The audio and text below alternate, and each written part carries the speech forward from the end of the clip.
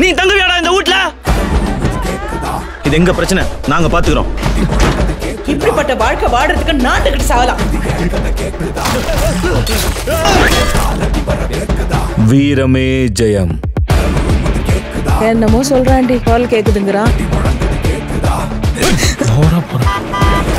வீரன் யமனை கண்முன்னே பார்த்தான். கோளை இறந்து வீரன் உயிர் தெழுந்தான். வீரனா? யார் வீரன்?